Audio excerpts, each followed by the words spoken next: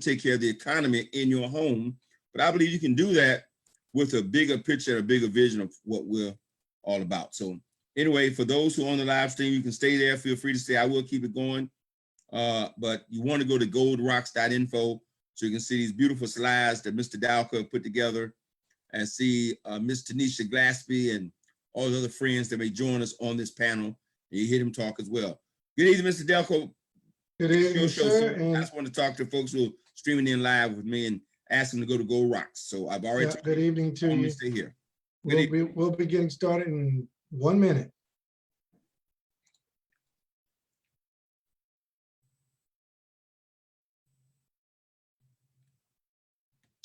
Hey, David Stevens. Hey, Louis Fatui.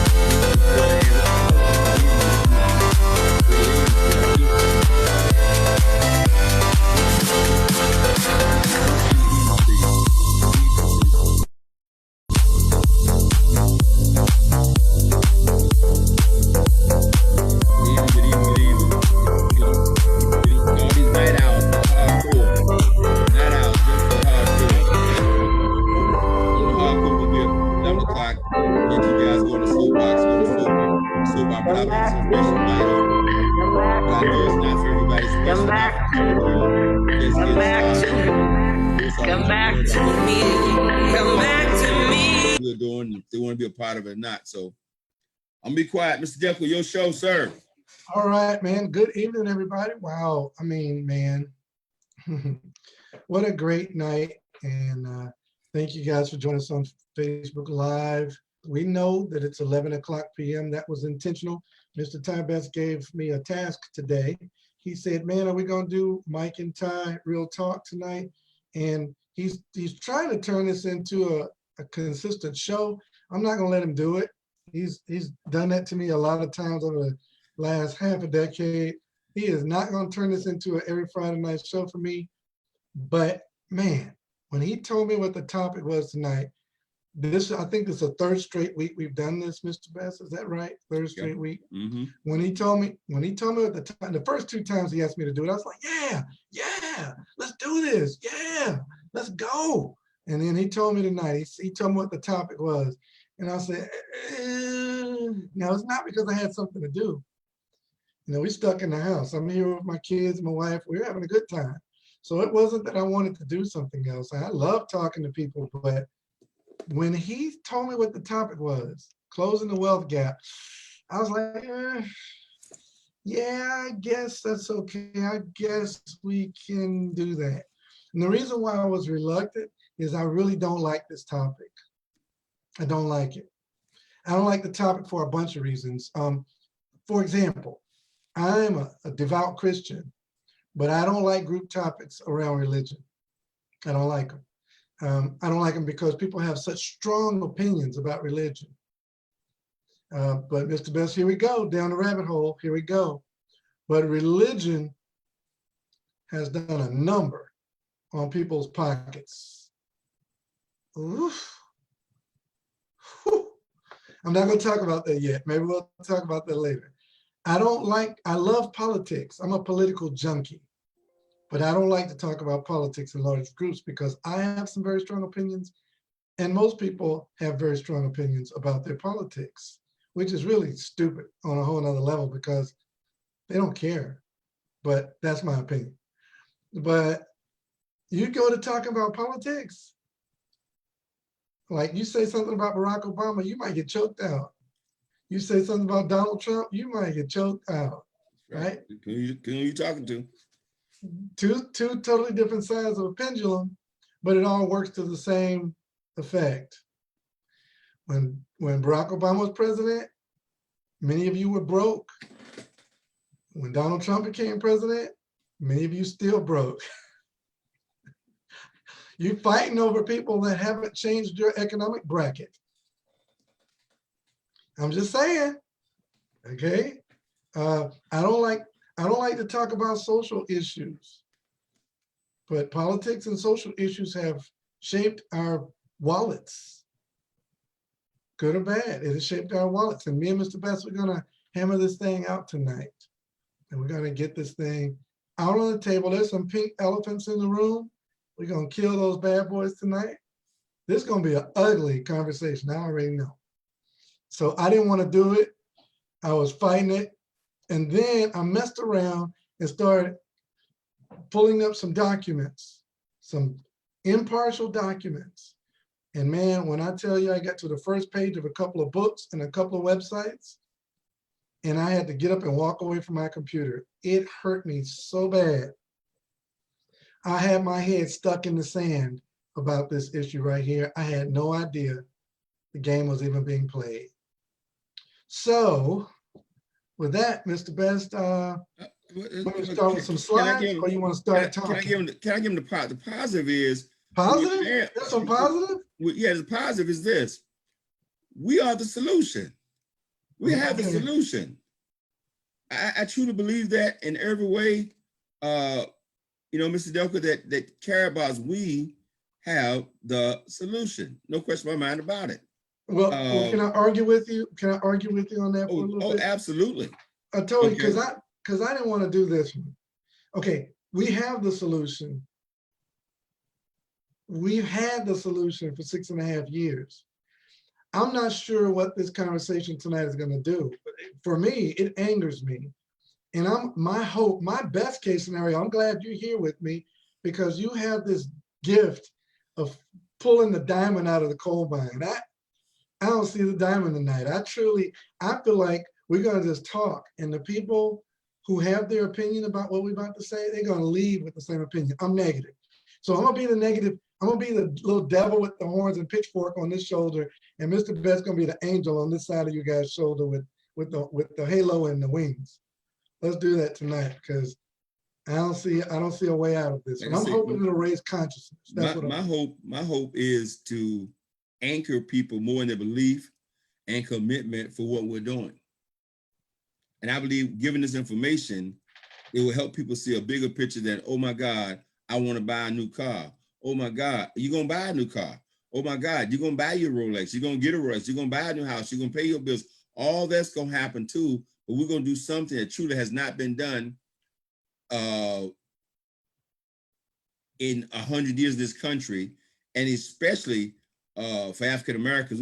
We're in a position to impact something within the Black and Latino community that has not been done by government, has not been done by regulators, have not been done by, and we will step on some sacred cows, but all these organizations are designed to help people of color, without calling it all of them. Okay, they've done some things politically that'll help some things, but now we're talking about money and finances. We're talking about what has happened on an economic level in this country in the last 100 years. And we will shoot some sacred cows and some myths and all those things. But when you have this information, man, you'll understand. See, I've known this for 30, 40 years. One of the driving forces that has driven me for so long is not just my own independence. I wanted to free other people. I wanted people to see, sort of go into this rabbit hole and say, man, I'm working, but why am I working? And why haven't I seen any significant difference? Okay. And one of the myths of society that is going on is that if you ask the average person, they would tell you from an economic standpoint that African Americans and Latinos have made tremendous strides financially in this country, especially since the 1960s and the civil rights movement, all the civil rights laws were passed. And the fact of the matter is, financially, we have made zero strides from economic level in the last 50 years. People, the average person, I'm not like Alan Austin says, it's just math, folks. It's not my emotion, it's just straight up math. We made zero economic advancement. Now the media will have you believe we balling, Jack. Between the $100 million contracts that the athletes get and the $300 million contracts and the movie stars making 20 million and black folks on commercials all over TV and black folks on, man, we balling. And all the black folks been educated, we balling. But the numbers don't pan out and say that. So I'm off track. Let's get on track. You're absolutely on track. You're smack dab in the center of the track. Okay, moment of transparency for me. I didn't want to admit this. I didn't want to admit this conversation tonight.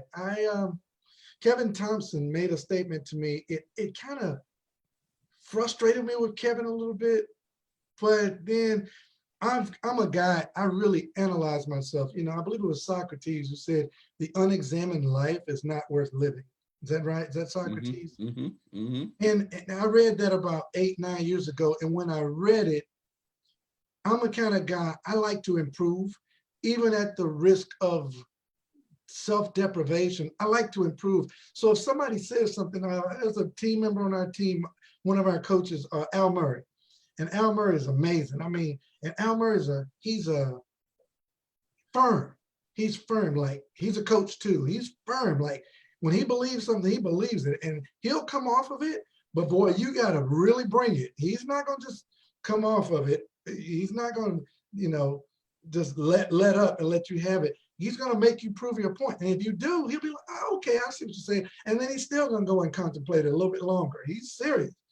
And Al's got a way of coming at me and telling me stuff. Miss Dalcoe, yeah, I don't like that. And I go,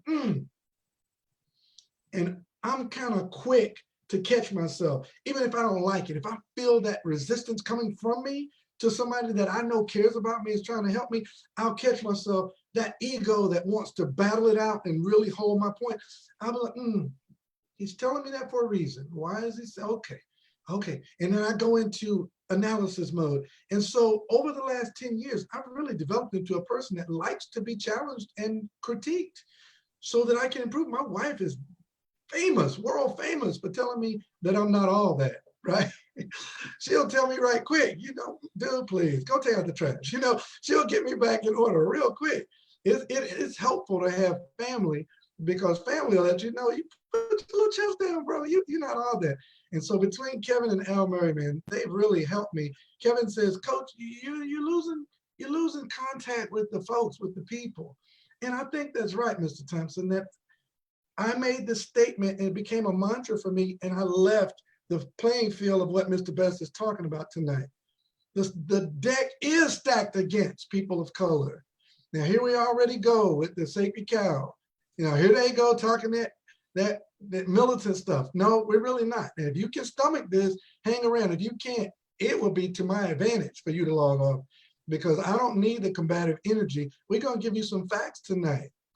But there is a racial disparity that creates some of the things we talk about tonight. And because I'm obviously African-American and I escaped the things we're going to talk about tonight, it gave me this false sense of security that everybody of my ethnic persuasion can escape it. And you can, but y'all need to talk to us tonight. Y'all gotta listen. Please, if you're on Facebook Live or here on Gold Rocks, please don't quarrel with us. Please just put your ego in a box for once. Put your defenses down for once. Put them in a box. Put your political, religious, racial, and social prejudices and predispositions in a box. Tape it up. Set it outdoors on the porch just for tonight. And then after we talk, meditate on this thing. Pray about it if you know God. Pray about it. Sleep on it. And then go back out in the morning and see how many things in the box are real. Because I'm going to tell you, when I started doing this research today, I said, my God, what is wrong with me? Look, I'm telling you, as an African-American man, I had written off portions of my own culture to maybe just they don't want to do it, or they're lazy, or maybe they just don't see it, or they don't want to see it. I'm telling y'all, I apologize. I apologize because there are some predispositions that me and Mr. Best need to do our little part in our little corner of the universe to kill this crap so we can grow together. And then when you go back out tomorrow, whether you're African-American has made it, or Anglo-American, English-American, Asian-American, Hispanic-American, that you've made it out, now you can come back to the people with a different heart. Because we as a society, we've missed this thing bad. And I need the politicians, if you're listening or know some. I need the preachers, if you're listening or know some. The social and conscious leaders, if you know some, to speak to them and have them come back and watch this video. And then they can criticize us after they've meditated on the information we're going to share tonight. We're not claiming to be thought leaders and civil rights leaders or none of that. We're just two guys who have escaped the poverty rat race. And here we are tonight. We're going to lay some stuff on the table. So that's my introduction, Mr. Best. Hey, look, I wanted to call it Two Free Black Men in America Talking, but I felt like that was too in the face. Okay. And I'm saying that in jest, folks, because what happens is when you become free, you got time to think. And you start to think on a different level. I said different, I say better, I said different. And you see things differently. And you have to constantly weigh these things and from a perspective of, so you can relate to everybody. So let's just get into some of this, because man, we can, what I'm trying to say to whatever we say today, we're not trying to offend anybody, but we're gonna lay some truths on you. And I believe we have a solution. I believe for 30 some years that network marketing is a solution to close the wealth gap anyway. I've always believed, because number one, I believe you got to be in business for yourself. That's number one. You got to be in business for yourself. And then the primary business that we can get in, especially people of color, is networking. I mean, I don't know any way to put that. That's the business field we can play in that doesn't require the banks, doesn't require any government involvement. It just requires us having a dream, saying this is what I choose to do. And you can start right now tonight. You can start closing the wealth gap right now tonight. All you gotta do is enroll for free in Karatbars and start to save. Go, wait a minute. And this does not matter what network marketing program you might be in, because you might be in something else right now. I don't know. In fact, I would venture to tell you that most of the folks who join us in the world of Karatbars, they're already in 2-3 deals. But we're not talking about that today. We're talking about what can you do to close the wealth gap. That means to close that gap between the haves and the have-nots. Not the blacks and the whites, the haves and the have-nots. That's a different thing. Go ahead, man. Let's go to your slides. I love what you just said, the haves and the have-nots. That's cross-racial. That crosses all racial, ethnic, social, religious, political lines. It's the haves and the have-nots. And I get so absolutely frustrated with my brothers and sisters, and we are brothers and sisters, whether we're from Russia, China, India, Asia, Africa, Iraq, Iran, Saudi Arabia. We're all brothers and sisters, and like it or not, we are. I guarantee you, if you get into some situations and you have an accident and you're bleeding out, and the only person there that can give you blood is a Saudi Arabian, and it's your blood type, you're gonna take it. Or any other race, you're gonna take it. You're not gonna lay there and say, I don't like Arabs. And no, you're gonna take it. So at the end of the day, we all bleed blood, different blood types, but if we all bleed blood, we all have hearts. We all have the same anatomical parts, right? If somebody's father needs a lung transplant, you're gonna take the first available lungs out there. We all have the same parts. We're brothers and sisters. I say, Mr. Dalcoe, you jump to conclusions, because I believe there's some idiots out there who will die. But well, you know what? Well, you know what? God bless them. We'll meet them in eternity. All right. So okay. This first slide. Now, these couple of slides, I tried to lighten up, but even these slides were too hard. The median income versus the median wealth. There's two topics. Mr. Best, you talked about median income, the income gap and the wealth gap. It's two different things. But this is gonna wake you up, I hope. Let's start with the first one at the top, Black people, or whatever we're calling ourselves these days. But that's a whole nother subject before we even get into the slide. We've had racial identity issues from the start. We started out with Negro. Well, there was another N word that we started out with, and it was so pervasive, we call ourselves that. Still to this day, we rap about it.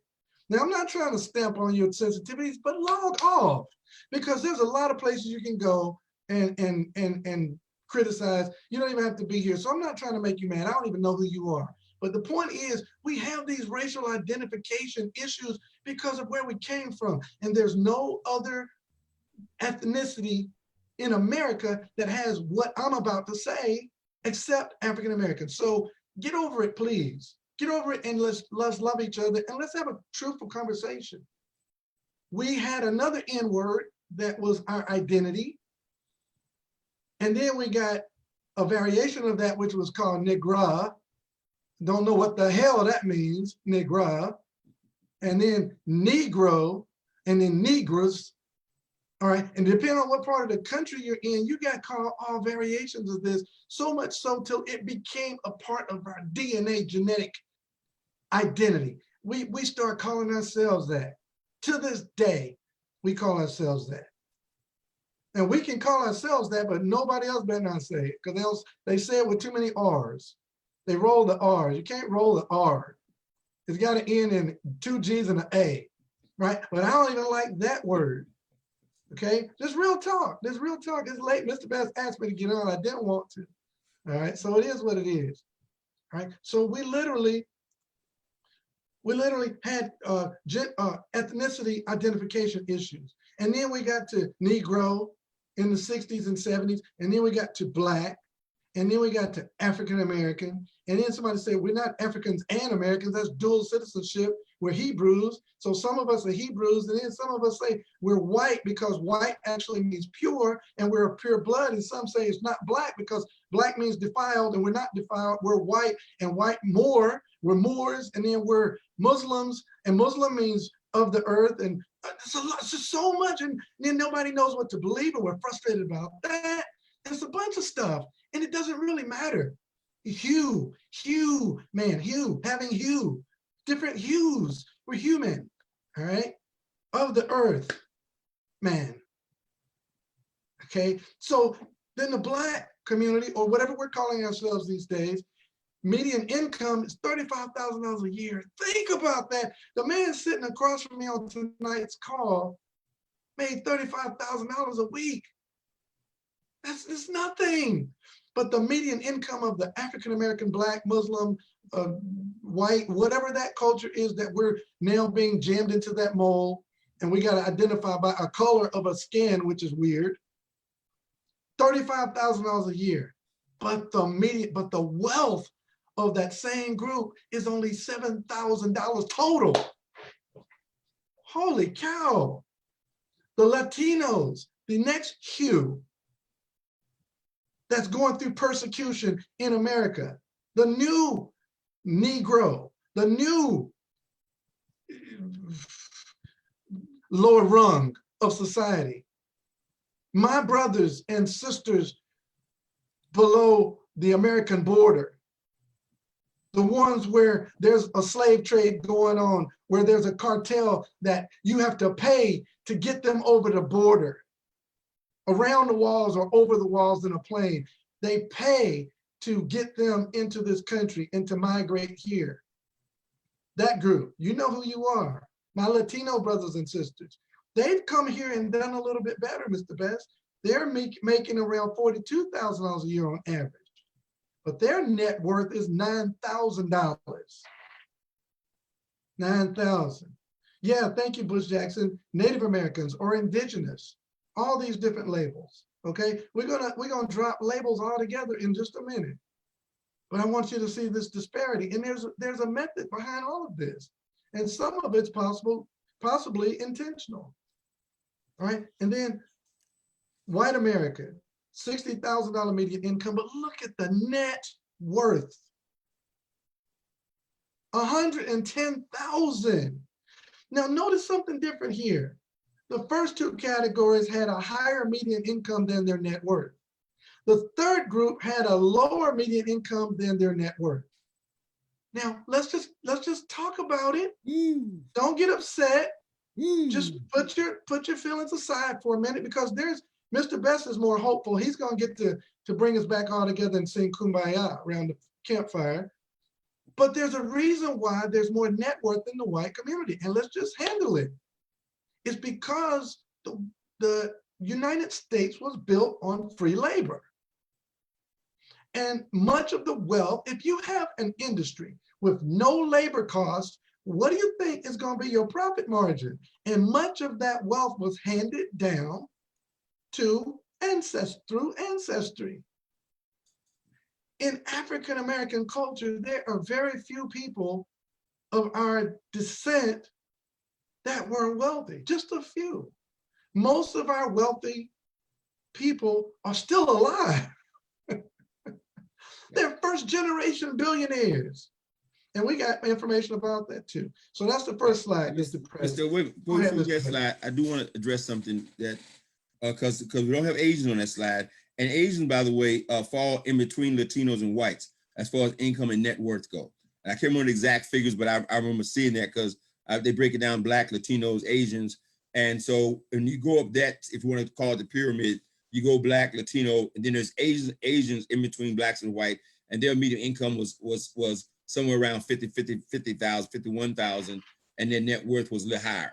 Okay, and so, but there's a couple things for that, not just the free slave labor that allowed some families to pass on wealth, but also this country has a history of systematic racism that cannot be denied, that's permeated through the banking industry, and through real estate. The primary reason most families have wealth or have wealth to pass down is because of home ownership, Mr. Dalcoe.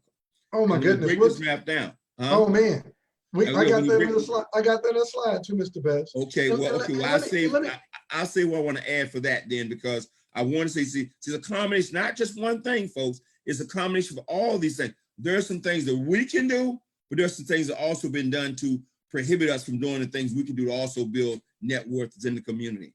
And I hope I put that in one of the slides, Mr. Best, so don't let me forget that one. But let me give a disclaimer again to our audiences. Don't make this about race, okay? There's racial tones in this. Don't make it about race, because guys, for real, I've got some Muslim friends, I've got white friends, Black friends, Muslim friends, Asian friends, Hispanic friends. All my friends, we all love each other a lot. Like there's no difference. And it's blinded me from these foundational problems that we have. So let's love each other through this talk, because it's going to be a hardcore talk. It's not going to be easy. Please don't text anything derogatory towards anyone in the chat rooms. Please don't. We'll build a network of people. So, but we can't ignore the elephant in the room and not talk about it. We can't fix the problem if we can't ever talk about it. Okay, and sometimes we got to talk about some of these things in order to fix the problem. Okay, and identify what the problem is. And sometimes that is, but we build a network of people. Wealth builders worldwide consist of some of every single ethnicity on the planet right now. And so I'm not trying to spur anybody. You heard me say it many times, and my wife she don't chastise me enough, so I'm not gonna say it tonight. But I said, if they 98.6 and breathing, and they say sign me up, I'm signing them up. End the story. That's where I draw the line. They got to be 18 years old. They got to be 98.6 and breathing, and they got to want in and have a dream. That's the only criteria. Okay. So let's go ahead, man. Go. Hey, I think we done went 40 minutes, and we haven't told them anything yet. I know it. I see Tammy Morrison on Facebook Live. Tammy Morrison will grab me and hug me like I have no color at all. She is just there. I love people like that. This conversation has never come up with our business partners. And there's such a huge wealth disparity in America. Somebody's got to start talking about it in our communities, in our networking communities. There's a stimulus bill that was just passed. And somebody was calling me and they were getting all upset because there was a provision in the stimulus bill for real estate developers to get huge tax breaks. And I said, why are you mad? They said, well, because Donald Trump's a real estate guy.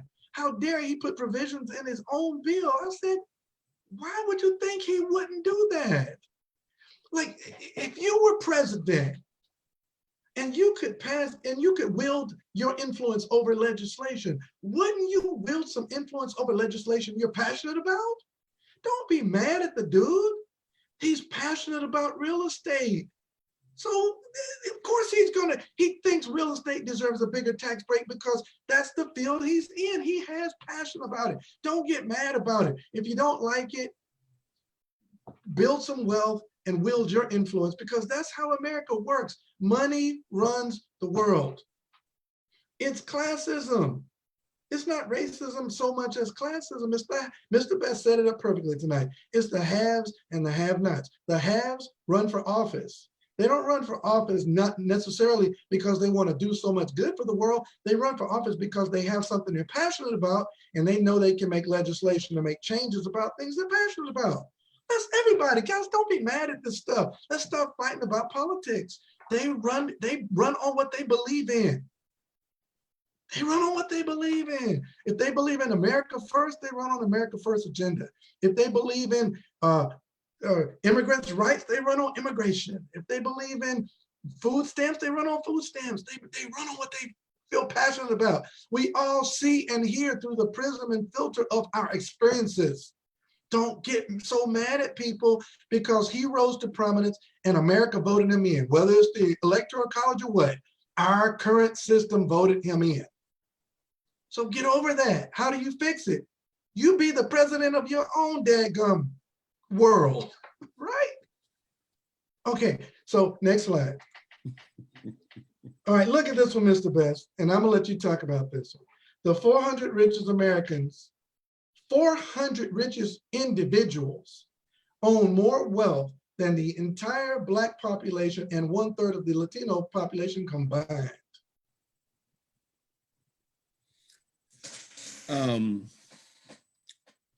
Like I said again, there are a lot of reasons for that. I think what you identified is the wealth gap. One of the first bullet points I wanted to talk about, sort of address this, that since 1989 to 2018, the top 1% net worth has gone up $21 trillion. You heard I just said? Yes. 21, I didn't say billion, I said $21 trillion. In the last 30 years, their net worth has increased by 21 trillion. And the bottom 50% of the population's net worth has dropped by 900 billion. Okay. What that slide is showing you is that this disparity exists, period, across the board, not just within ethnicity of Blacks versus the affluent, but it's just a widening gap between the laborers and those who don't labor. Okay. Those who had capital to invest. One of the things I read was saying that, we moved to a capital intensive society, not a labor intensive society. Throughout the 20th century, we were a labor intensive society, meaning that labor built wealth. That's what farmland is all about. That's what manufacturing is about time and labor. As we moved to the 80s and the 90s, we became a capital intensive society, and those who had capital leveraged that capital to create more capital.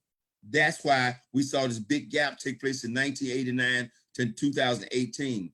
And the average person don't have the knowledge or the background or the access capital to invest in things that would increase their net worth in proportion or even a little bit like it has for the wealth or the affluent over the last 30 years. That's it. Now, for those who are also for the first time, I think one thing we need to explain to Mr. Dalcoe, there's a difference between income and wealth. And most people don't understand that. And we make some assumption, they understand what we're talking. We saw income, we showed the income slide. Income's that money coming in every week, every month. That's your income. But that's not an indication of your wealth, okay? And we talk about wealth gap, we're talking about what is your assets versus your liabilities. You need to understand there is a difference between assets and liabilities. And we like to say, to keep it simple, an asset moves money towards you, puts money in your pocket, and it has the potential to appreciate in value. A liability takes money from you. So your car is a liability. It depreciates 25 to 40% the day you drive it off the lot brand new. It's a liability. You pay for it for 3 to 5 to 6 to 7 years now. It's a liability. Your house is a liability until you have the title. You may have some equity in the house, but it's still a liability because it's owned by the bank until you own that house. All those credit cards you have, those are liabilities. Your student loan liabilities, all those liabilities. So we're burdened with liabilities. And we need to know the difference between what creates wealth and what creates wealth is accumulating real, genuine assets. Now, here's the challenge. And why I want to just throw this out there real quick, and I don't know where we're going to all this last, because most of us are not in a position that we know of to develop assets. Way Karatbars has come in and been so powerful is that Karatbars can take a person, no matter what their background is, how much money they have, no matter what programs they might be already be in, they can enroll in Karatbars for free. I said, we the solution. So I want to tell you right away, they can enroll in Karatbars for free and start accumulating an asset. And that's a tier 1 asset, and that's gold that has potential to appreciate in value and maintain its purchasing power against inflation. Just so simple. And So back to you, sir. So yeah, I was tracking the slides right with you, and me and Mr. Best did our own notes and our own research independent of each other, which is amazing. We derived at the same conclusions. Wealth inequality is defined as, we equate wealth with net worth, the sum total of your assets minus liabilities. If you want to know what, and Mr. Best taught me this about 4 years ago. I didn't even understand net worth really. I guess I was asleep in economics class that day. But you take all of your assets, the things that you don't owe anything on that are appreciating in value, or that you've amassed, like cash. Okay, so you take all that and you subtract what you owe, subtract what you owe on your house, your car, right? The things that you're paying on, and that gives you your net worth. Assets can include everything from owned personal residence, not a mortgage. You know, I own a house, but you owe $180,000. You own the mortgage, you own the note, you own the debt, but you don't own the house. And the way you know that is just simply don't pay the bill for about 3 or 4 months, and the real owners will show up, right? So assets include everything from personally owned residences and cash in a savings account to investments in stocks and bonds, real estate and retirement accounts, which can fluctuate wildly, as we've seen over the last week. Liabilities cover what a household owes: a car loan, credit card balance, student loans, mortgage, and any other bill yet to be paid. In the United States, wealth inequality runs even more pronounced than income inequality. And here's the stat that Mr. Best just finished talking about. All right, literally right here, the rich become richer as the poor go underwater. Now, how many of you guys, type it in the chat room, type a Y in the chat room if you've ever heard the phrase, okay, now we stomped on racism, now we're about to stomp on politics. How many of you have ever heard the phrase trickle down economics? Trickle down economics. Type a Y in the chat room. And you've heard things like socialism and trickle down economics. Well, socialism is happening right now. That's when the government prints trillions of dollars and gives it to companies and individuals in the form of, they call it helicopter money, where they just dump money on you. Well, that's the government running the world's economy. That's socialism. So for anybody that says they hate socialism, but they cash that check, you're a hypocrite. If you hate socialism, you send that check back to President Trump when you get it, okay? Because you don't like socialism, and he is exercising socialism. And here's something cool. This is really cool. And his ratings are going up.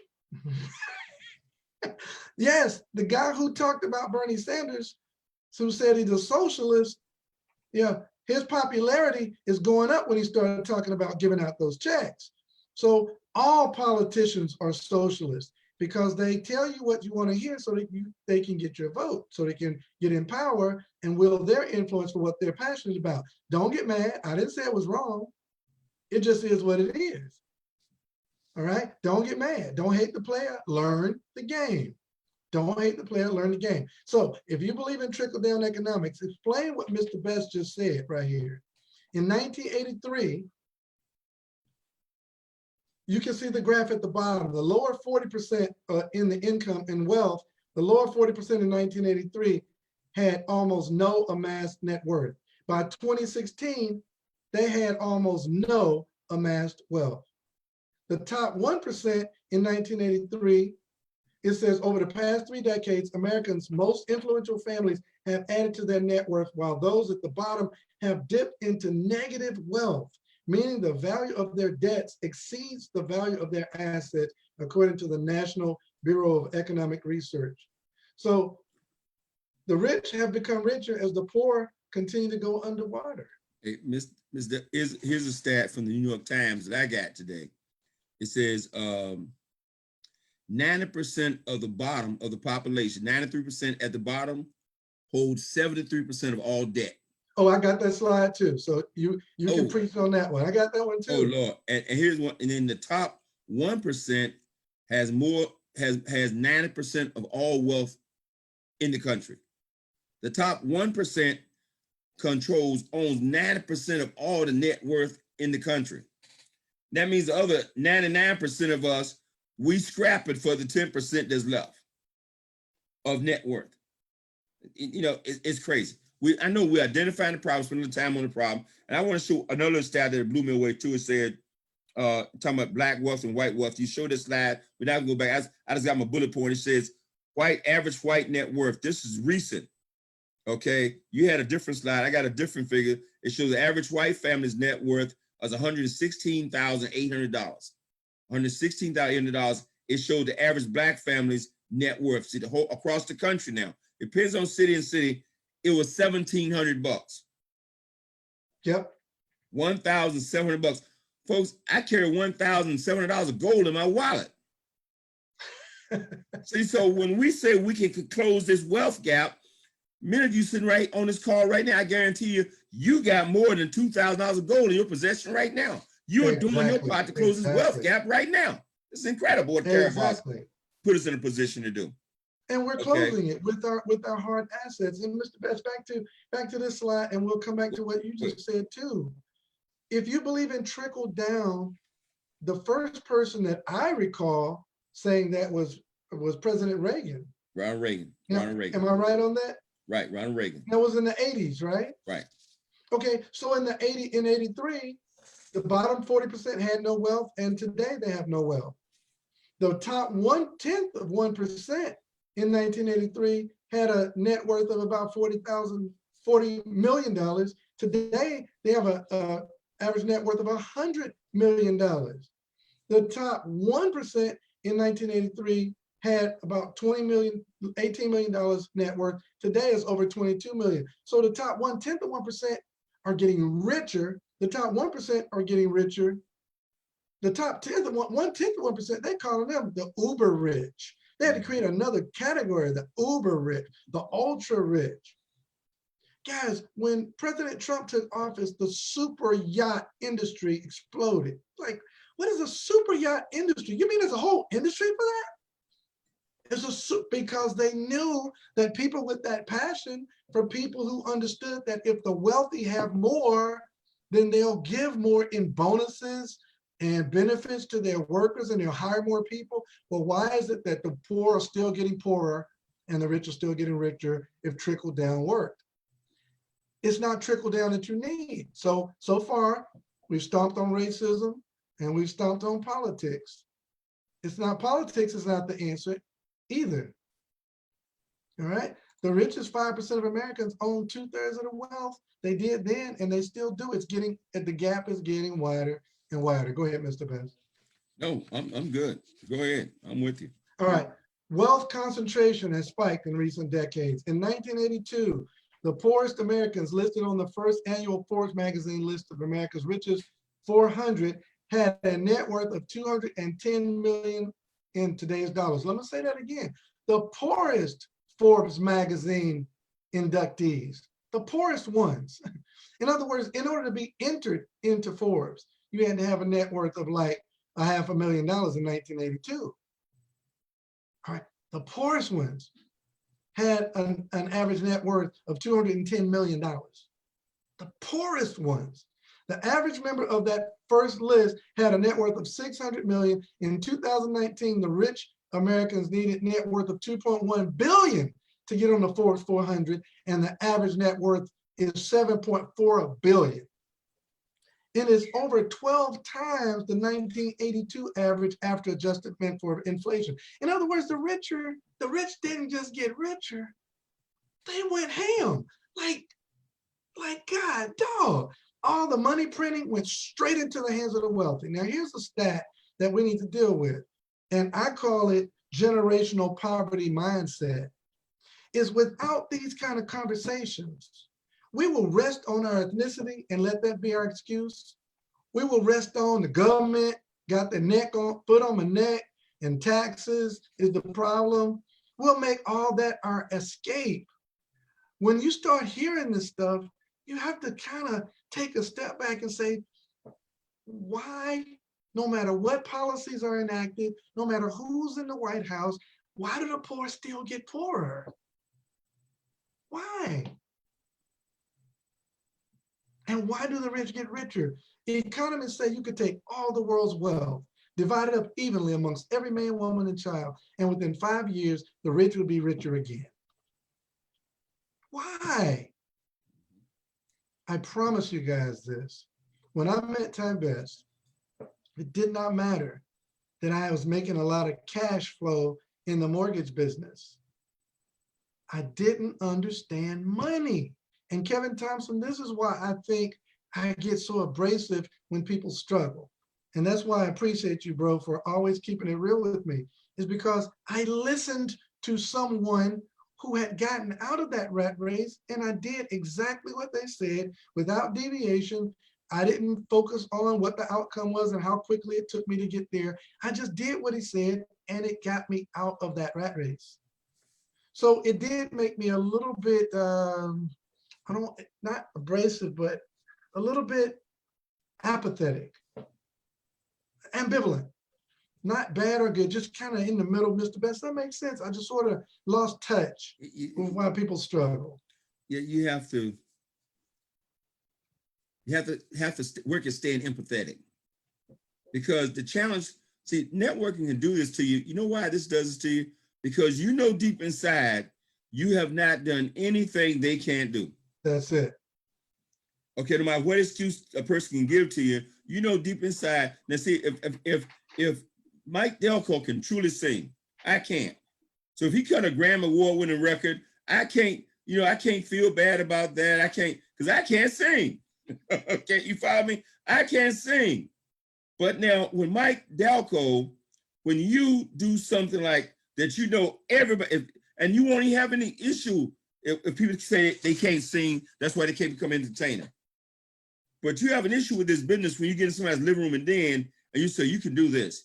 You can get a free account, and you can start saving gold, and we'll never go around to people. All you got to do is grow and change and talk to folks, and the person don't do it, and then 6 months later, come to you crying about money, or 2 years later, or 5 years later, or 10 years later. Now, you know, I've been around 37 years. So, you know, it's like ice around this thing, man. I had some people cry to me about their financial situation, but I also know the price paid to become independent. And most people don't want to pay that price. And so you have to work at staying empathetic, because people are going through things. I'm not saying it was easy. It was not easy for me. It was not easy for Mr. Dalcoe, and it would not be easy for them. But we still have to stay empathetic. But we know deep inside, if they decide to pay the price, they can do what we've done and probably much more. And Mr. Best, there's a little balance too that I want to throw back into this conversation, because I don't want to leave and make people think I'm saying you can go as fast as, I don't really have a name. Anybody, right? Comparing yourself against anybody, because there is some truth. There's a lot of truth. We just broke down the stats. Oh my God, I don't want to say this because it's so hardcore, but we gotta say it. If you're a white American, you better not fail at this. I'm sorry. I'm sorry. You better not fail at networking. You better not, because we just showed you the stats. Like the average white American, Ty Best made this joke to me, man. It was so funny, man. it made my head itch. It was so funny. He said, when a white person says they're broke, it means they're down to their last $50,000. When a black person says they're broke, they mean they don't have any money. Their mom and them don't have no money. They can't borrow money from anybody around town. They have nothing to pawn. They're broke, right? With 3 R's, they're broke, right? So if you compare yourself amongst your white counterpart in a certain type of business model, and they got more access to cash and credit, of course, it's going to be a little bit easier, maybe a lot easier for them to go fast. Don't compare yourself against them. You run your race. Ladies and gentlemen, when I got in Karatbars International, everybody around me was broke. Everybody. I didn't run into my first person with money until about 90 days into the opportunity. I met this lady who's a doctor, and she had a little bit of net worth, and she went pretty hard in stacking goals and building her asset base and getting a large business package. That was my first encounter with somebody that talking to hundreds of people, and they were getting bronze and silver packages. So much so to one of my white counterparts told me across the dinner table at this luxurious dinner, he said, man, we don't do bronze and silver. I said, what? He said, man, we don't sign nobody up at bronze and silver. For those of you who don't know what I'm talking about, bronze is a starter package where you can get in a worldwide gold business for $200 one time out of pocket with no monthly expense. That's right. The bronze. Right. And I was sponsored a bunch of them. I mean, it was like bronze galore, you know. Everyone, bronze was the new VIP. Over here in Riverdale, bronze was the new VIP, baby. You got $200, you're a baller. Hey, can I interject? I got to interject right here because see, this is the truth. This is real talk, folks. So you got to give it that real talk. Oh, Mr. Did I go too hard? Did I go too hard right there? No, that's real talk. Because see, we have to grow too. So when I saw this thing, Jim Moore showed the thing, and I saw bronze 130. I saw the 12-week plan, and what we get, and bronze is like $130 for that package, and silver and gold and VIP. I said, I don't know about that VIP package. I said, but I get rich with this bronze package. Exactly. I said, I don't know, nobody will be coming in here dropping no $2,400. Now this is 6 years ago. This is I'm telling, I know, legendary Tide best Hall of Fame, blah, blah. I'm telling you mentally. I was like, now I didn't say that to anybody. Okay. I didn't try to steal the dream. I'm telling you about me. I'm going, okay, I don't know. I know, but I saw that 130. And say I made $1 million in a $110 program a few years ago. So I said, we can crush this 130. I'm gonna be rolling. I never forget, we've been rolling about 3-4 days into the program. And I'm on the phone with this one sister, and I talked for about 5 or 10 minutes. And she said, well, that sounds good. She says, you know what? I think I want to get a VIP for me, a VIP for my husband, and a gold package for my daughter. I'm a professional. I was like this. Well, we can do that. We can make that happen. It's no problem. Okay, let's get you signed up. I wrote it down. That's probably why I'm writing it down. I didn't send it to the do it herself. I wrote it all down. She gave me the credit card. I wrote it all down. I said, Phil! What? This lady just dropped like $6,000. I said, what have we got our hands on here? This is crazy.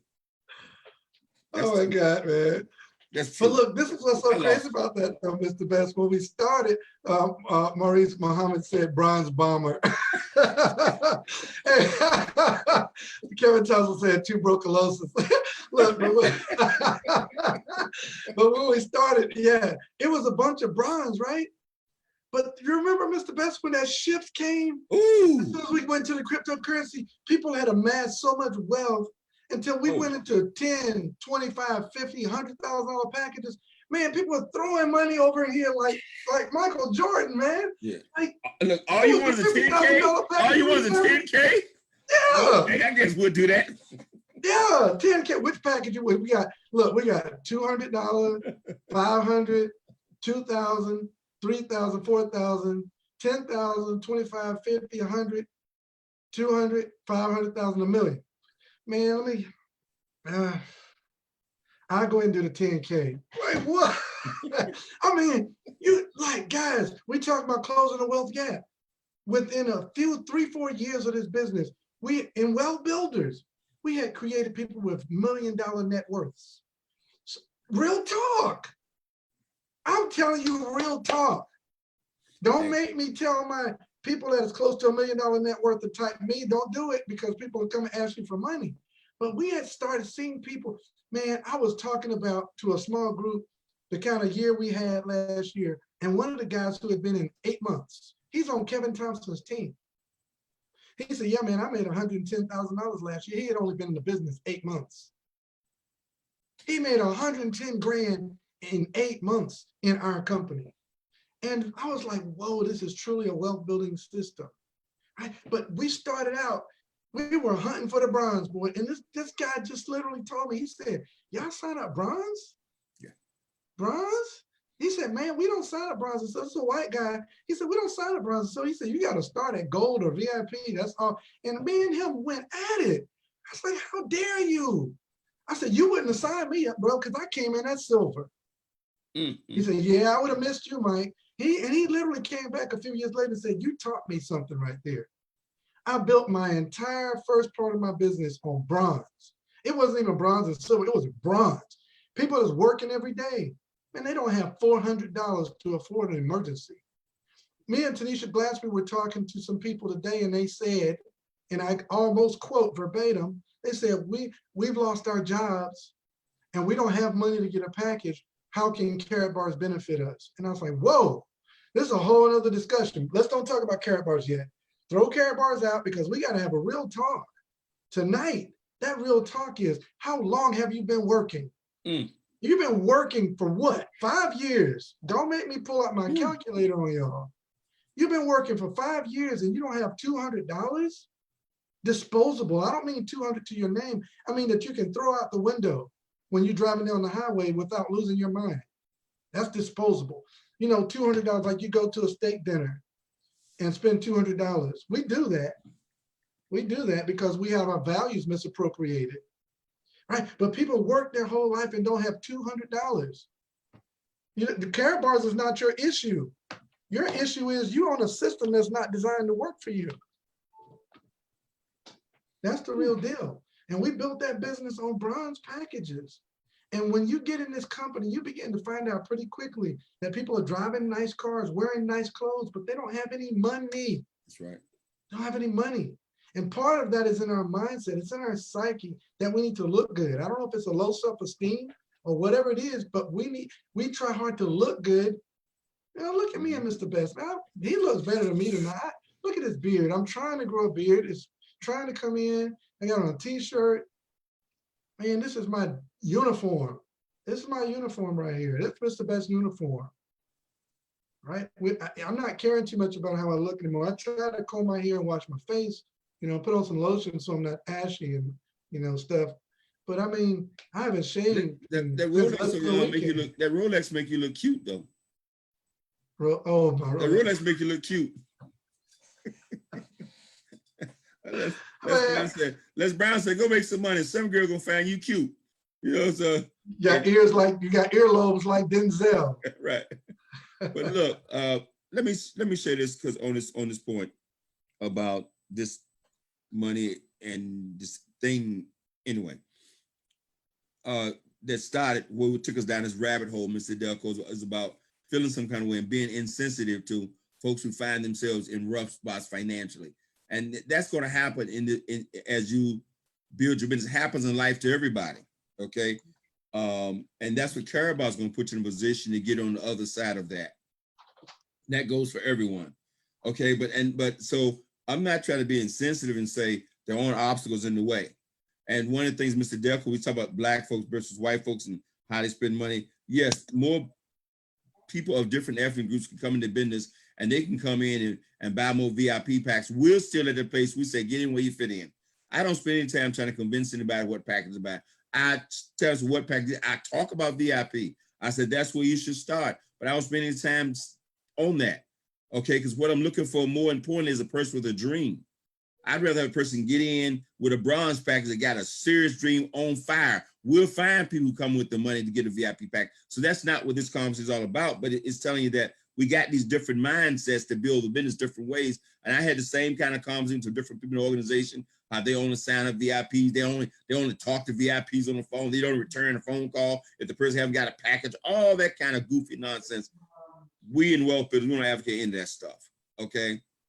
Love everybody. I don't care to get a free package. You don't know who. Here's the thing. You don't know who they know.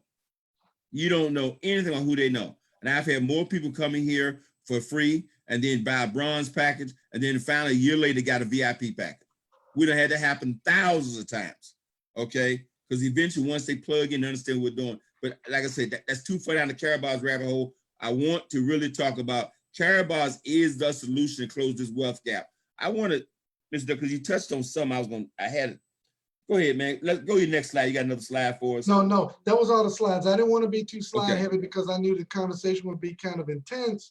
You know, as we go back to talking about how we matriculated into this culture, into this business. So folks, when I said it's not politics, that's the answer, but also don't let politics be your crutch. Racism is not the answer, and don't let racism be your crutch.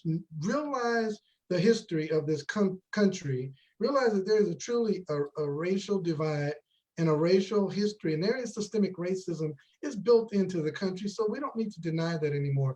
There's redlining around districts, and they make it where the electoral college has a certain leaning and slant towards different policies and parties. Don't worry about that, because it's really what makes the rules.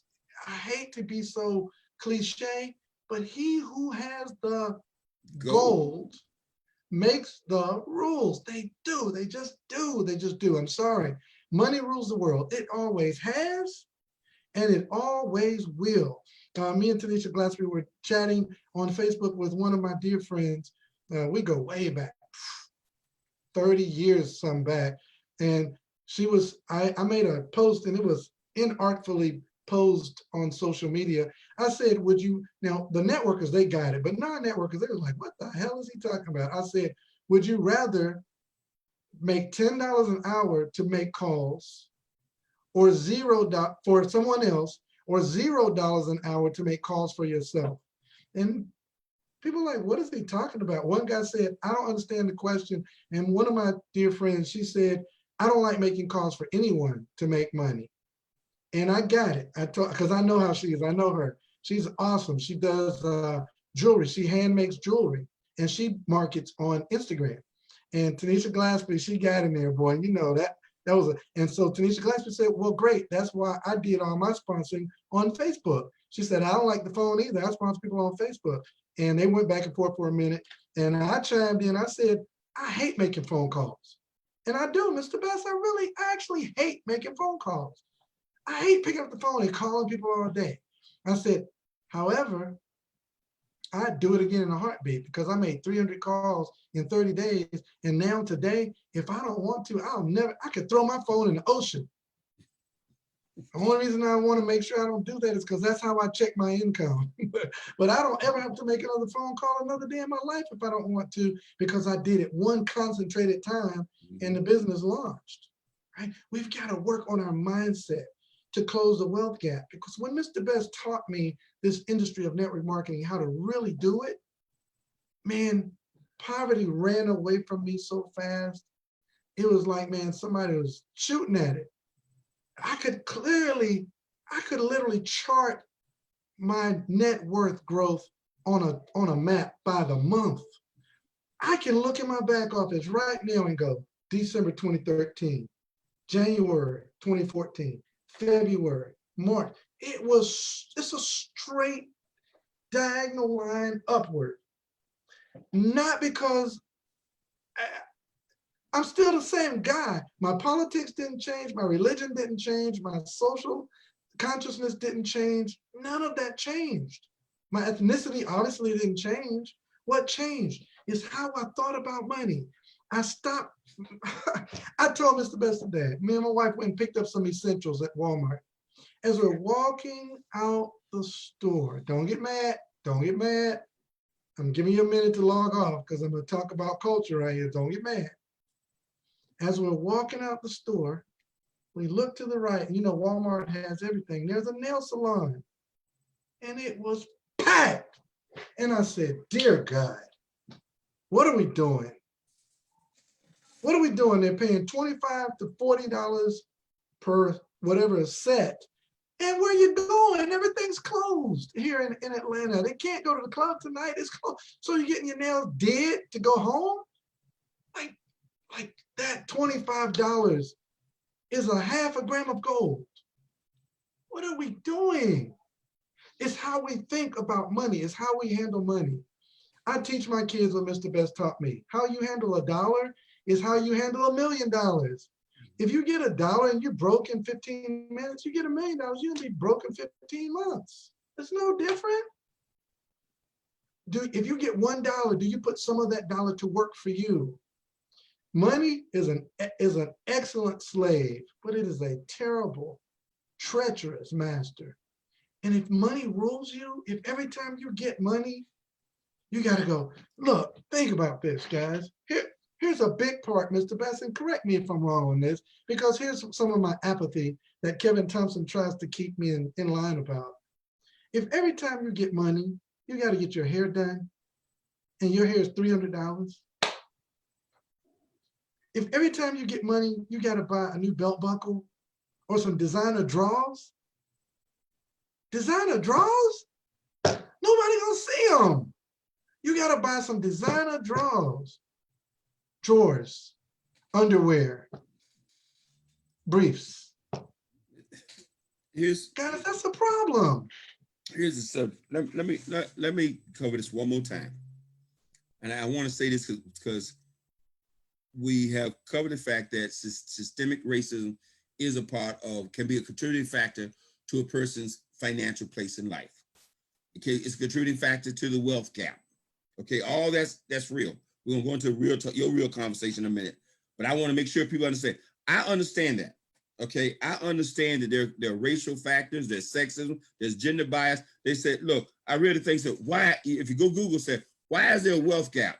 And the things that there's a wealth gap because of education, labor, technology, gender, and they never say race and politics.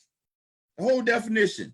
Okay, they did stick in gender though, because but they wouldn't say race and politics. Okay, now we're talking about building net worth. So I want to just throw these things out there, and then we're going to delve into things that we can do. See, one thing that, or I should say that you can do. When I say we, I mean we. I don't mean we as in black people. I mean we as in the have-nots.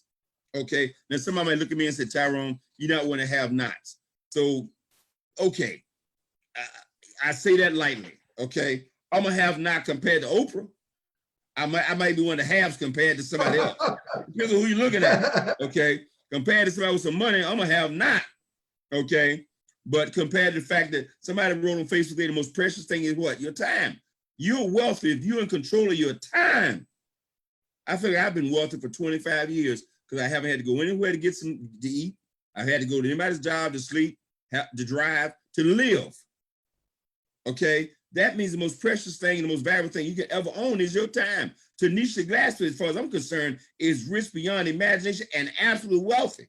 Now, she might not be walking around with a briefcase full of $1 million, but she ain't got to go nowhere tomorrow morning or Sunday morning or Monday morning to do what? To do the things, the fundamental things in life, which is to eat, live, and sleep and have shelter. That's the first thing you're trying to get on the other side of. But anyway, this is why I want to cover these systemic things. So look, primary reason for the wealth gap, the banking industry. What Karatbars does is take us outside the banking industry. The banking industry has a history of racism, okay, towards blacks and Latinos, don't matter, okay, or any Asian group. History of this, documented fact, I'm not trying to dwell on it. It's real, okay? That's their responsibility, okay? But so well, I haven't heard about that. I sit down, I was reading something last night, said J.P. Morgan in 2017 was fined $55 million for racist practices. Bank of America was fined $335 million in 2011 for racist practice. Merrill Lynch was fined $160 million for racist practice. Wells Fargo, Mr. Dalcoe's former employer, was fined $175 million in 2012 for racist and predatory lending practices, okay? This stuff is real. It's real. Now, okay, all these challenges are real. I'm here to tell you though, now we got that out the way. Everybody got their excuse. Racism is still alive and well in America. Great. And guess what? We still can achieve. you still can congeal in spite of your sex, in spite of your ethnicity, all those things. And there are certain things that we can do fundamentally. And the reason I say Karatbars is the solution, because Karatbars, number one, puts your business for yourself. Number two, your marketing an asset, not a lotion, potion, or pill. And again, nothing wrong with those things. They got me free. Okay, nothing wrong with those things. But nothing compares to getting paid to save gold. That's us. That's where we are. Okay. And so back to what Mr. Dalcoe was talking about is this. I had to get that piece out there. Is delayed gratification. What he's talking about is delayed gratification. Okay, nothing will anger you more as a person who gives somebody money. I've made a statement a lot of times. I say to people say, I don't have the money to get started. I said, okay, I got fantastic. I tell you what, let me come to your house. And if I can't find something to take to the pawn shop, something to sell and get you a package, I'd be more than willing to get you, I'd be more than willing to buy you a package. I've said it to folks. And they start laughing. Because almost everybody you talk to, they got something in their house they don't need. Okay? They got something. You want to be empathetic, and you hear them whining about money, and then you see them roll by in a brand new Chrysler 300 2 weeks from now. They say they ain't got no money. You see them go on a cruise. They say they ain't got no money. You catch them coming out for dinner. My wife and I one time was in Atlanta, Mr. Dalcoe, we out to dinner, right? And nothing fancy, okay? But now I'm the owner of the company. I'm the millionaire owner of the company. I'm at this restaurant eating dinner, and I see two of my employees at a restaurant eating dinner. I say to myself, now one of us eating at the wrong place. Now, this is what I think. I'm out spending $100 for dinner, and my employees at the same place doing the same thing. One of us in the wrong place. Now, it could have been me, because I am seriously conservative. Val and I are seriously conservative. We've learned to be as entrepreneurs when it comes to money. But I'm gonna say to you, no, I don't think so. My employee who makes $500 a week should not be there spending $100 for dinner to impress some lady. If that's what it's all about. I don't know. And I saw him there several times, and we would laugh. And then we pay him $500 a week, and we send by a $400 pair of tennis shoes that week with the $500, and we go, man, I'm trying to tell him, okay? And it's the same thing as business, okay? One of the things that stop people from building net worth in this business, I'm not talking about Karatbars now, I'm talking about network, I'm talking about any business. When you find an entrepreneur, the entrepreneur got to make sacrifice beyond most people's desire to do in order to succeed and get free. There's sacrifices we made in Karatbars. It's nothing compared to the sacrifice Vanna had to do in the 80s. I mean, here we are doing a seminar for a few hundred people, and nobody had to leave their house to see it. Okay? But there's still sacrifices. Okay? I can't do it, Mr. Dalcoe. When I get a haircut, I know for a fact how much gold that cost me. When I buy anything, I go buy a suit. I said, man, that cost me so many grams of gold. I know now. I weigh my money in my head all the time. Okay? This is where our thing has been elevated. It said the African-American community, I'm talking Black folks again. Now, when I first started talking this stuff 30, 25 years ago, they said we had $1 trillion going through our hands every single year. They said African-American community would be the 9th largest nation on the planet if we went by dollars. We'd be the 9th largest on the planet. Now we got over $2 trillion a year goes through our hands. In this $2 trillion goes through our hands every single year. And we spend it with what I call the wheels of the economy. I'm telling you right now, folks, if you want to see the economy, you think the economy went to a screeching halt, let Black folks stop spending. Let us stop going to the movies. Stop getting our hair done. Stop getting our nails done. Stop going to, I'm not advocating that. That's not what I'm advocating. I'm saying we have the money to build net worth outside the banking system, that's why when people say they go into real estate business, I say, why? Okay? Because you got to go get the money to do it. Anyway, I hope you get what I'm trying to say. Okay. We have the resources to build net worth, and Karatbars is a vehicle to do it. Case in point.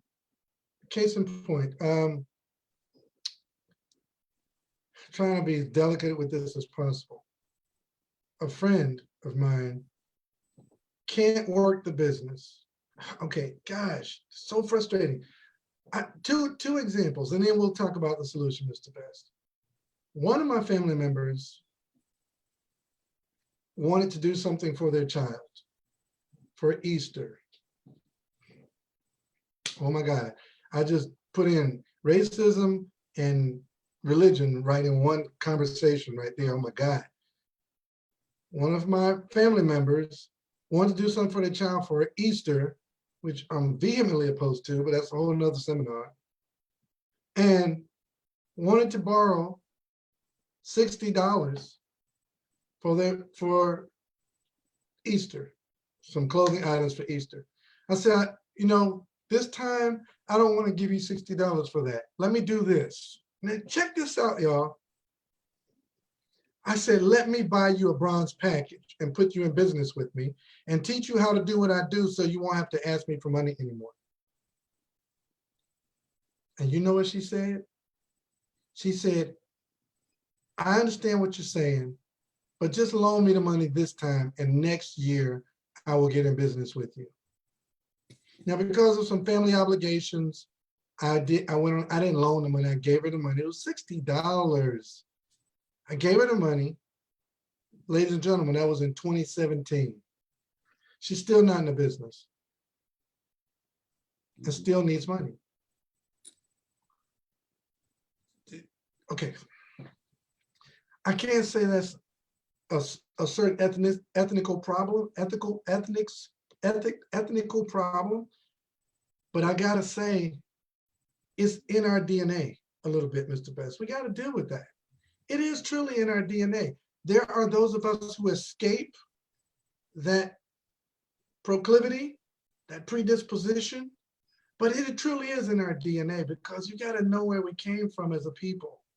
I'm talking about African Americans, where we came from as a people, having absolutely no generational wealth to pass on from one generation to the next. It's not as hard.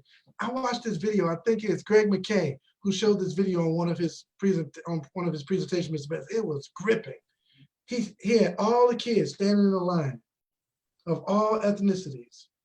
And he said, if you've never had to help your parents pay a phone bill, take 2 steps forward. And a bunch of kids took 2 steps forward. He said, if you've never had to go get a job because you feel like you need to help your parents pay the bills around the house, take 5 steps forward. A bunch of them took 5 steps forward. A bunch of others still on the starting line. He said, if you never had to worry about coming outside your house because you hear gunshots, take 10 steps forward. Bunch of them still in line. If you never had to wear your older siblings' clothes, take 3 steps forward. Man. And when it got to the end of this, the white kids were 30 paces ahead, and the Black and Latino kids were maybe 1 or 2 steps, a bunch of them still on the line. And he said, now, if I tell you, you 30 yards ahead and these are back here, and you got to run to the 50-yard line, of course, the ones that started the 30 are going to get to the 50-yard line first. He said, but if I start y'all on the same line, those kids in the back would smoke you because they're hungry. And he said, some of y'all, they're going to catch you and almost beat you from starting 30 yards behind. So we can't say race has nothing to do with it. But we also can't lean on it, because there are those of us who started at that line who couldn't take any steps forward. I had bad credit before I was 16. And didn't know it. My credit was jacked up before I was 16. All right. I already had light bills and stuff before I was 16 years. All right. Let me say this to you. I want to mildly make something straight. It's culture, not DNA. I know what you're saying when you say good stuff. Good stuff. Well, I don't want to say it's genetic. I don't say if you genetically got this from birth that you're gonna be poor all your life. It's culture, and until you fight that culture, that mindset, we know so little about money, and if we don't force ourselves to grow and to learn, we don't learn. and we don't So change. let me defend myself, and I'll kind of I digress to that. Yes. So let me tell you why I said DNA. So that's kind of a philosophical, and parents, listen to this for your kids too. Okay. All right. Sociologists have proven, psychologists have proven the power of words. They took a petri dish and put clear water in it, and they had a man speak negative words over it, and they froze it. And after a while, they took it out, it was black. They did the same thing, speaking positive words over, and they froze it, it was crystal clear, right? If you yell at your spouse or cuss at your kids, and look, guys, I heard this guy in a department store, he told his son, he said, get your ass up. You're a man and you got to get your muscle on, dog. Get your ass up. And the little kid was little cute little boy. There was a biracial couple, cute little boy. And his dad was just pounding him with words. And I looked at my wife, I said, that boy don't stand a half a chance. Because it has been proven that if you yell at your kids, you actually break fragments off of their ribodynamic nucleic acid strand. You actually change their DNA by yelling at them. Your DNA can actually be contorted and changed by what your environment exposes you to. So that's what I'm getting at. But yes, not inherent like a genetic thing, but like your psyche. That's what I should have said. Your psyche is impacted by what you've dealt with in your experiences. I dealt with some crazy stuff, but I found me a mentor, and that stuff began to heal. And I began to make some different life choices and some different money choices, and my life turned around quicker than it dipped. That's what I was trying to say. And that's why I'm gonna get on my subject now. And that's why we say what? Read. Because we got to change. I mean, how does somebody who's born wealthy, they just think they're supposed to be wealthy? They expect first-class treatment. They expect all these things. I forgot who was the speaker that said, if you condition a person well enough, you never have to show them the back door. They will find the back door on their own. I know somebody gonna put that up there. I forgot who said it. Said you don't have to condition a person who's been conditioned to be a second-class citizen. You don't have to show them to point the back door. They will find the back door. Okay. Come on, man. Expect to be true like a second-class citizen. And so one of the challenges we have, and I mean, by the way, and this is any ethnicity, because you can find anybody from any background, ain't got nothing to do with the color of their skin. If they have been raised in poverty, look, I didn't understand this myself till I started traveling through West Virginia, and I was at my first job, and I go into West Virginia and Pennsylvania, and I find people, white folks, who are third generation, fourth generation welfare. I'm like, how you? Well, my great grandfather got on welfare during the Depression, and then my mother got on welfare, and they've been 4 generations. I mean, this is like the 70s, early 80s, and the whole family been on welfare since the Great Depression. Okay, or I find somebody who been working in a coal mine. They were 40 years old. They were shutting the mines down. He said, I don't know what I'm going to do. I said, what you know what you going? I've been reading books. I'm already jacked up. He said, well, you understand, my grandfather worked in the coal mine. My father worked in the coal mine. I worked in the coal mine. I worked in Pennsylvania. I find these guys, they're 40 years old. He said, my grandfather worked in the steel mill. My father worked in the steel mill. It's a good job. I worked in the steel mill.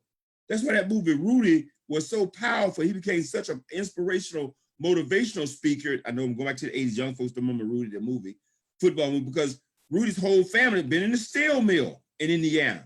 And here was Rudy telling me he's going to go to Notre Dame and play football for Notre Dame. They looked at that boy like he was crazy. He's too small, can't make the whole works. And you go read that, you go see that movie, and you understand he made a whole living out of time how he overcame adversity. And then he made a movie of his life. Okay, it's tough to overcome these things, but when you plug in, I mean it for those folks who are sitting there listening to us here at 12:25 on a Friday night. I love you guys. You the guys I want to talk to. I love everybody. I love those who at home sleep right now, but I love you guys because you the guys I'm trying to reach. Okay, You the guys what I'm trying to say, man, don't be impressed with me. Don't be impressed with Ms. Glassby. Don't be impressed with the Dalcoe. You can do this thing. Okay? Amen. I don't care what anybody say. I don't care. If you make up your mind that you're going to keep talking to folks until you get it done. I mean, I've been in this business 1 year, had 30-something people in my group in 1983. After a year of 5 and 6 nights a week.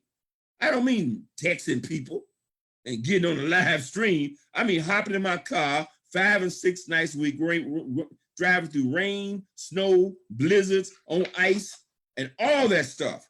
But I was so conditioned, man. I meant to have my CD that I tape women that said they called me fanatical. Okay? And I mean, I didn't care. I saw this freedom, I didn't care. And I believe what the leaders told me. They say, you could do this thing. Okay? And that's why when you see me, I start talking about freedom, I get teary-eyed because I know you can do this thing.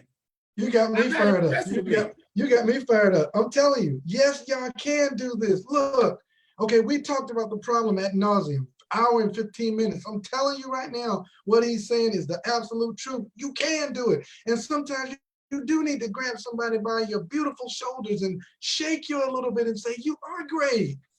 Forget all, okay, so we talked about all that stuff. Forget now we talked about it, okay? Now, get rid of it now.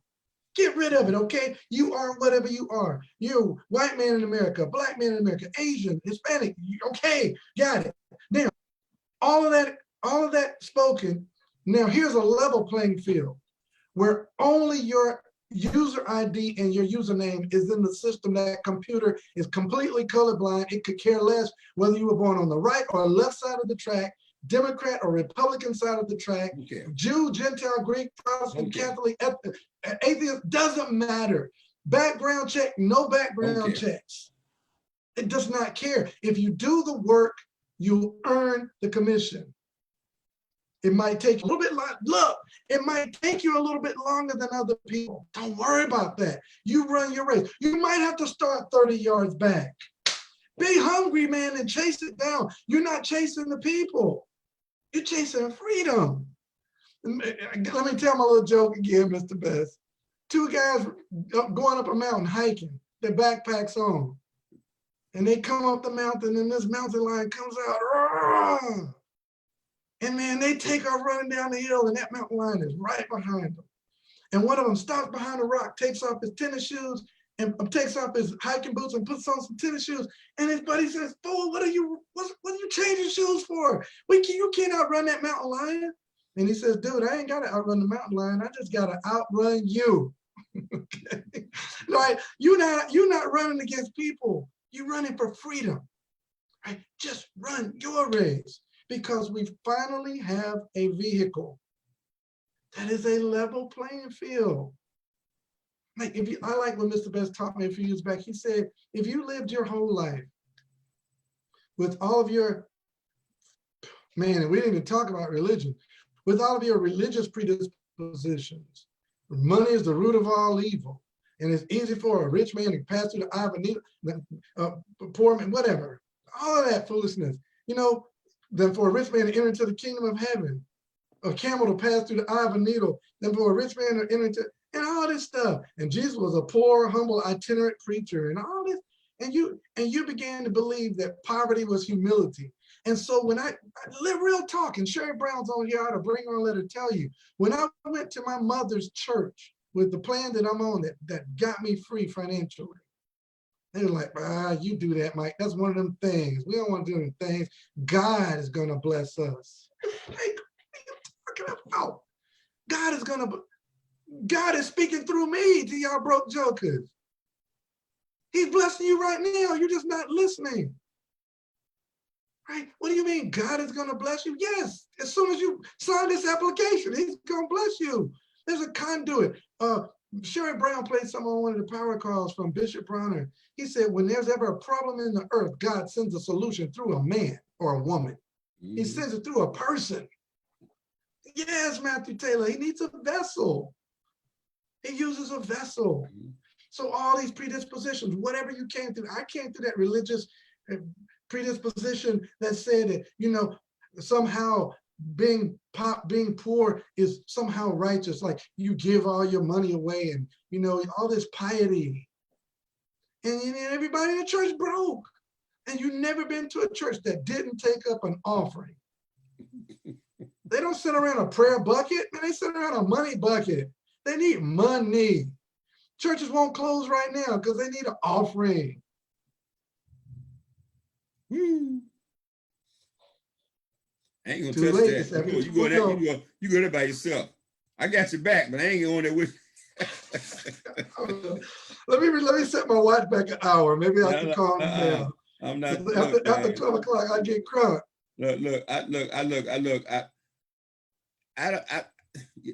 I feel your sentiments. Okay, Val and I, like I said, we've been doing this so long, guys, that yeah, it irritates me when I see people asking for things that they could do for themselves. It just drives me crazy. It really does. It just, and I mask it as well as I can. But I don't expect everybody to do what I'm doing. I don't expect everybody I want to make $100,000 a month. Okay. But if money is your situation, if you find yourself in a situation, then I think you got to do what's legal, ethical, and moral to see you correct that financial situation. I don't understand why churches should be having fish fries and begging for money all the time, especially when you've been shown something, okay, or a person. Especially most of the time, and that's the sad part about Mr. Dalcoe too. Most of the time, we're not talking about big money. We're not talking about somebody need 10 grand or 20 grand. The average person around saying they need to borrow something, they need to borrow $200-300. And a lot of times they do have something they could sell in the house to get that $200-300. Okay, it's not that much.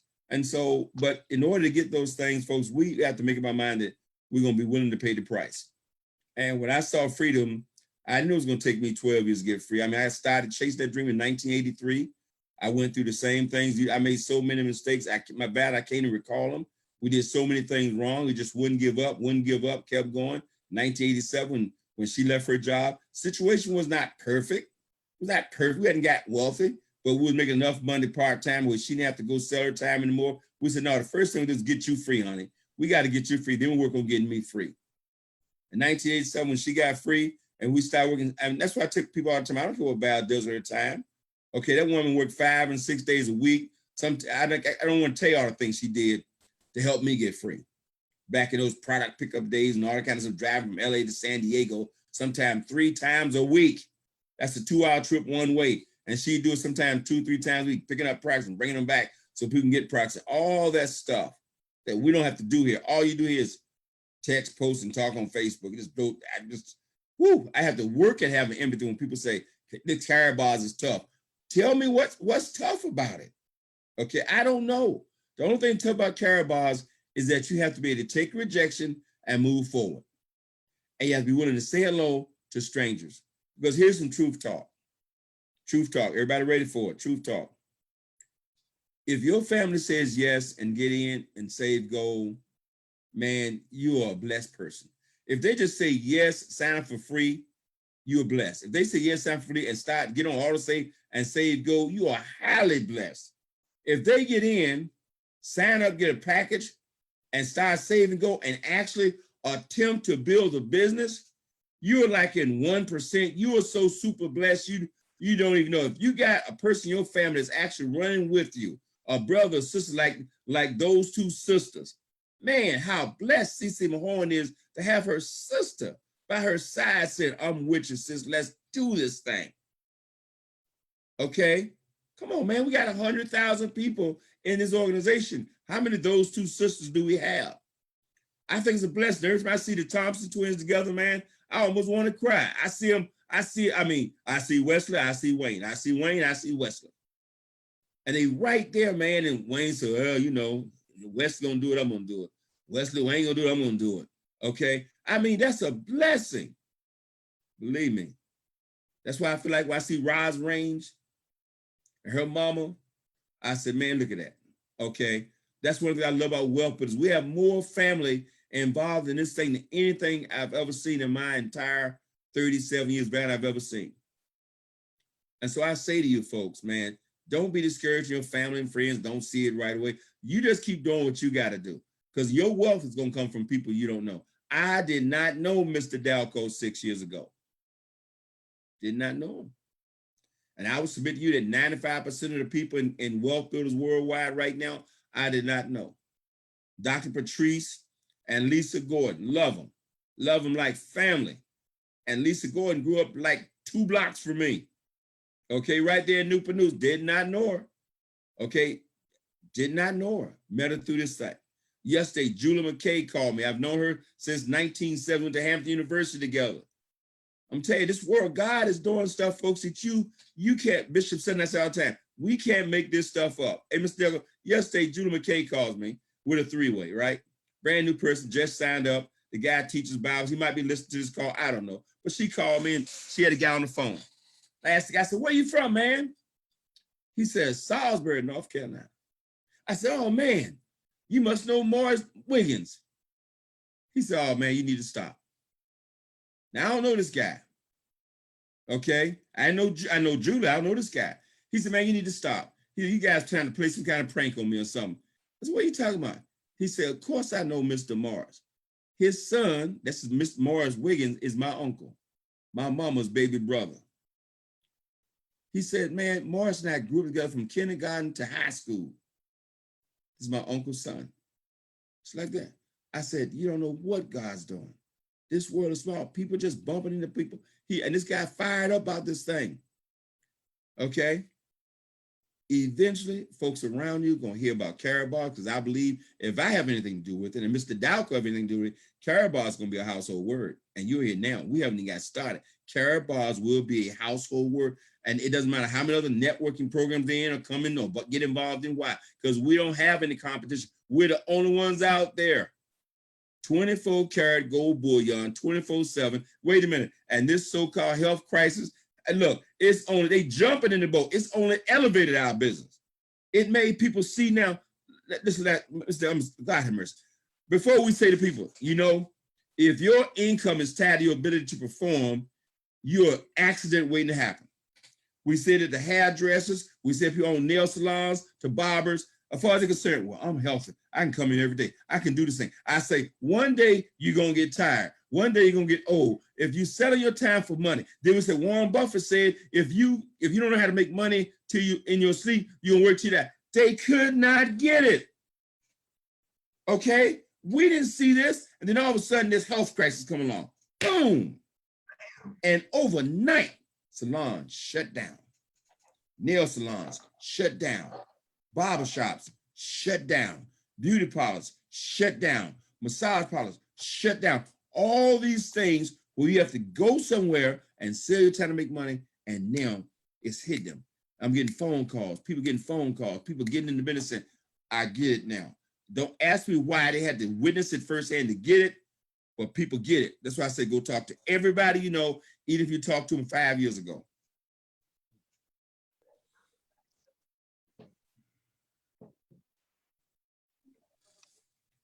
We're gonna talk 2 hours, man. I'm sorry, folks. And I still didn't get through my 2 pages of notes, but you got the idea. Well, maybe we can do a part 2 of this if we need to, because truly, guys, it was 2 parts to this whole conversation. One is, yes, there are truly issues in our society, and for us to ignore those problems, that's just wrong. It's wrong to ignore them because they're real. They're real. I mean, without knowing that these problems are real, you might beat yourself up and think that something's wrong with you while you're not achieving what someone else is achieving. There are people starting from 30 yards back, okay? But man, if you got that fire in your belly, God will make a way. You take off running, man, and God will meet you down that track. You can pass that baton, because I'm telling you, this industry of networking, if you've never seen something that's designed to take the person of average means to the next level financially, and whoa, here's a good one, and socially. You see these books on my desk? This is my current reading material. I'm rereading a couple of them, but my Enemies of Your Success and 103 Ways to Fail, I'm rereading those 2 because that's just wisdom written by Mr. Ty Best and Ty Val Best. But I'm rereading these books, and this one right here, Think Big. If you're in Karatbars International, you need to read this. You need to crack this open and get some of Harold Sight's brain in your brain, and you'll begin to understand why you don't need to worry about this company. Hell or high water, We swimming, Jack. You need to read this one. Mr. Best helped me really understand the mind of Harold Sainz. He said, just read the book, Mike. Read the book. I said, no, man, give me your opinion. You don't need my opinion, Mike. Read the book. This is what he does. This is his thing. You know, Michael Jordan shoots jump shots. Harold Sainz builds network marketing companies. This is what this man does. He's committed to this industry and this business. He's committed more than we are, probably. I would say so. And you don't start a company with 35 million euro of your own money and get tired. If you got 35 million euro to start a company, you were already done. That's a street word. You were already good. Like the word people say, I'm good. He was already good. He did that because he has a heart to help people get free, like Ty Best does. So guys, thank you for tolerating me tonight. And I know I've been instructed by a couple of my business partners not to apologize. I will kind of apologize. I don't know exactly what I said in some of those intervals because I was a little hyped. So if I did step across the bounds politically or spiritually, religiously, I know we got a diverse audience here. If I said something a little too abrasive, it was really maybe just to draw attention and raise the consciousness to the issues, but also to let you know, guys, there's a way out. There's a better way. There is a way out of this thing where you're not chained to all the confinements of your upbringing. And oh wait, let me do one more little bitty teeny tiny one. There's a reverse. There's a guilt also that can hold you back. Like if you were born to affluence, you can use that and guilt trip yourself into not succeeding too. You can feel bad about your success. That's a whole nother one. And that crosses ethnic lines as well. So whatever has stopped you in the past, let some folks tell you. Let some people that have lived that life and run that race tell you, you can get free and stay free from that. So Mr. Best, thank you, man. Anything you want to close with, man, the floor is yours. I was going to say what you just said. It goes back to reading again. I know Vanna hop on that so much, folks, because we know how it's changed our life. I'm a different person I was 37 years ago. I mean, core values are the same, but I'm saying I think differently. And I heard a speaker a long time ago. He says, when you hear somebody wealthy talk or somebody who's been free talk, initially they're going to bristle you. They're going to upset you. They're going to make you feel uncomfortable because of all this stuff that you've been led to believe. But the speaker also said, but I promise you, if you will read and you start to grow and you start to earn money, okay, you start to become free. He says, the more you grow, the more you will agree. Okay, I may say something that may offend you. Like I make the statement all the time about how you know you're broke, you got to go to work on Monday. Now I know that offends. I say that to offend people. I say that. I don't really say it to offend them. I say it to snap out and wake up. Okay? Nobody's ever said that to you because you know, they said, you're a good, hard-working man. I got me a good working man. He got 3 jobs. All he's gonna do is kill himself. Somebody needs to say, wake up. Okay, there's a better way. Okay, there's another way. Nothing wrong with having the 3 jobs, but you ain't gonna have 3 jobs till you're 80. The body gonna tell you some point you're gonna slow down. Okay, just because you do it at 20, you gotta look down the road. And so all these things we're telling you, when we say learn how to make money while you sleep, I mean, that can't be no more evident than this last 2 weeks. All these folks whose whole income was based on showing up at the shop and the money stops just like that. Okay? We had people in Karatbars whining in January because the money slowed down. Can you imagine? See, slowing down is one thing.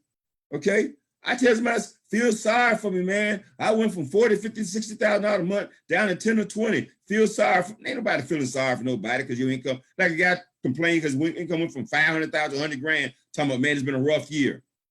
Okay? I mean, come on. Okay? Let's put everything in perspective, keep this thing in perspective. Okay?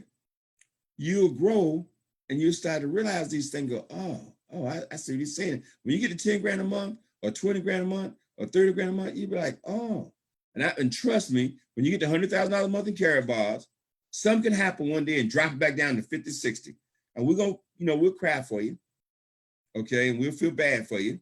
But, you can't call anybody to complain. I've told Mr. Dalcoe about some folks in the industry I know who are making $1 million a month. Got upset because his check went to $500,000. Got so upset, left the company. 12 months later, he was bankrupt completely. I mean, how many of you think you leave a $500,000 a month check? Okay, because you used to make $1 million. See, you got that perspective, man. And where you going? One last thing on the wealth gap, and I'm done. Would it be a good estimate, Mr. Dalcoe, to say that we got easily 20,000 affiliates out there that got 100,000 KBC coins or more? Or would that be, let's make it 10,000 if you want to. It don't matter. Here's the thing. You want to make sure you one of them. I don't care what, get you 100,000 coins minimum. Like Dr. Harold Sykes said, you need to have 100 grams of gold stored at your home. Okay. That's 100 grams you can get your hands on right now and do something with. That's your security for you and your family in these economic times. You don't know what the bank's going to do and people going to do. Okay, watch this. You need to have you 100,000 KBC coins minimum for those who don't have it. Go get you a VIP pack and put yourself in position to get 200,000 coins because you can transfer. Get your 100,000 coins and watch this. He said, but I don't understand the KBC coin. I don't either. I can't explain it to you. I really can't. I read a full book on it last night. I still don't get it. I swear to God, I read a whole book yesterday. I said, okay, Tom, you get it. He explained the blockchain. He explained all the wallets. He explained all the different coin base. I know more than I knew yesterday, but it's still like, oh my gracious. But you know what I got? I got a lot of coin anyway. Why? Because Dr. Harold Sykes to get a lot of coin. So you don't have to understand anything. Go get your 100,000 coin. And understand this. That coin go to $10. You have $1 million asset. Just like that.